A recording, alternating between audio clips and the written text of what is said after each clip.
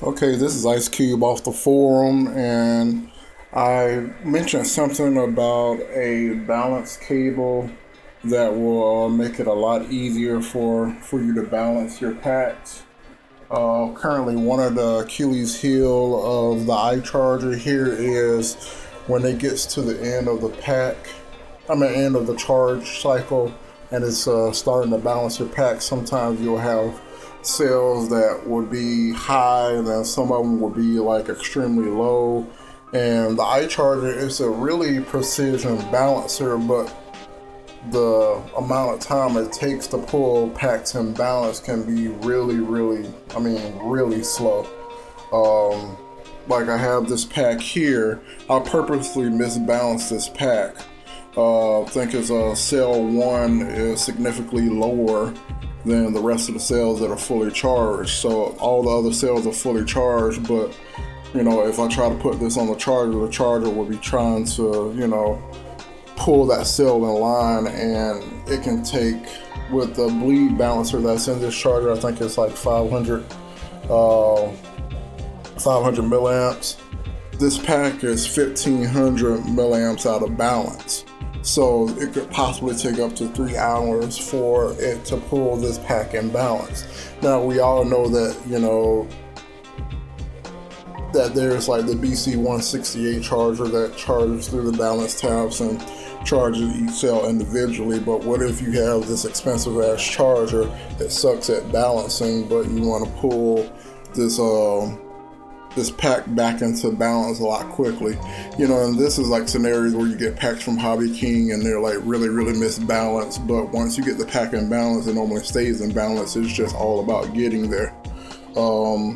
So I'm gonna give credit where credit is due. YPedal came up with a simple solution like this. This plugs into the JST port, so it'll plug into this pack right here, and then I have this cable here that will plug into the charger there.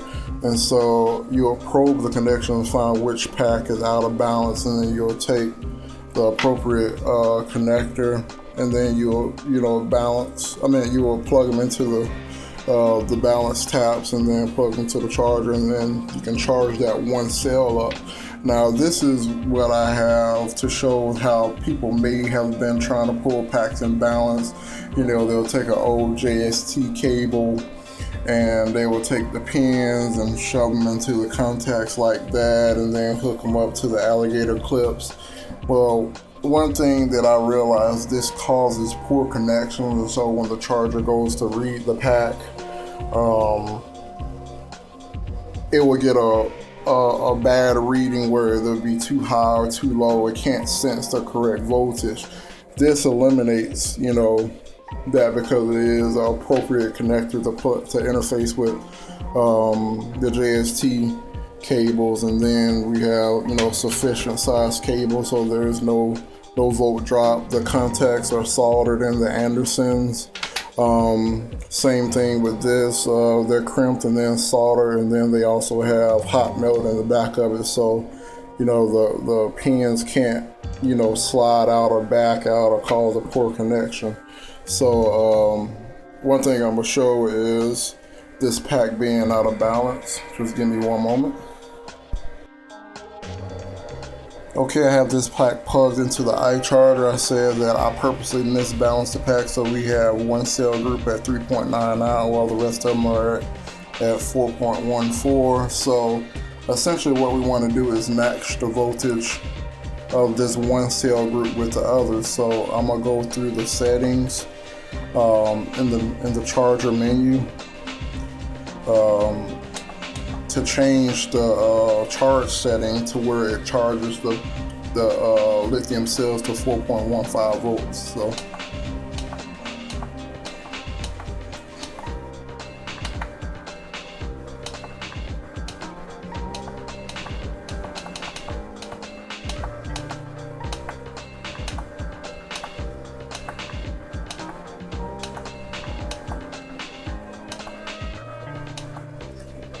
alright, here's the LiPo termination voltage. I normally set mine to 4.21, because, you know, after it charges, the voltage settles. So 4.21 actually gives me 4.2 volts to cell on my pack, but I want to change it to 4.15. So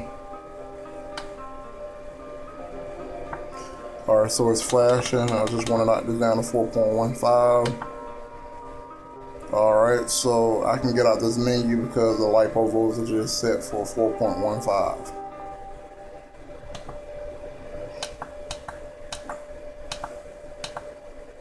Go back to lithium battery. You don't want to be on balance charge. You want to be on regular charge. So here's the regular charge right here, and it's asking for main port. Like I said, I just have the balance cable plugged in for demonstration purposes. But let's go ahead and get everything set up so I can charge through the balance tap. Okay, I have everything set up, have my pack here. Let's go into this cable. It's interfacing, I guess I'll call this the balance buddy. Alright, and then so I already know which cells are low, so it's the furthest cell, so it should be cell number 1, I believe. And then it's connected to the charger. This is a 16 gauge wire, so it should be sufficient enough. Now I want to go through here and change the charge settings. So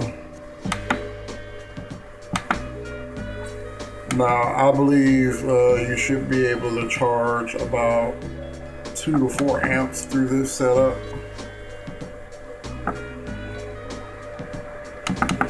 So I'm actually just going to go ahead and select 4. Now the thing is with the BC168, the BC168 cycles. You know, it stops, checks the voltage, and then starts back up, so there isn't a constant load on the balance taps. So that charger can charge up to 8 amps. I'm being conservative. I'm gonna charge at 4. The balance wire should remain cool. So I have 4.15 is on charge. It's on 4 amp charge. So also let me change this to 1S since we're charging 1 cell out of the pack. Alright, so we got everything set up. Now to prove that I'm gonna charge that 3.99 cell, let's go ahead and check the voltage. Here it is, there's that 3.99, so we have everything set up correctly and it's charging that 1 cell. Alright, so get back out of this. Alright, so I can go ahead and start the charge cycle.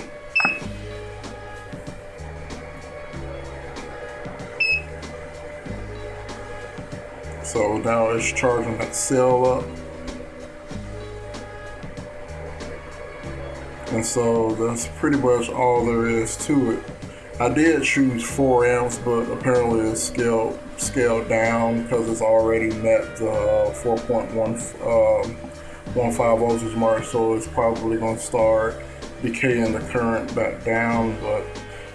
But essentially this is how the setup works, and trust me, by doing it this way you will get the pack and balance a lot quicker than letting the iCharger just try to balance the pack by itself. You can also discharge high cells. You can discharge the high cells down to where the low cells are. That may help it balance quicker, so you can charge up and then you can discharge down to try to get your pack in balance. So, and the wires, they're cool to the touch. I know we don't have that much time recording, but balance wires are cool, get solid connections. And this concludes the video. If you're interested, just give me a ring on the Endlessfield forum, or go to www.lipoconnectionsolutions.com and it will be there on my accessories page. Thank you for watching.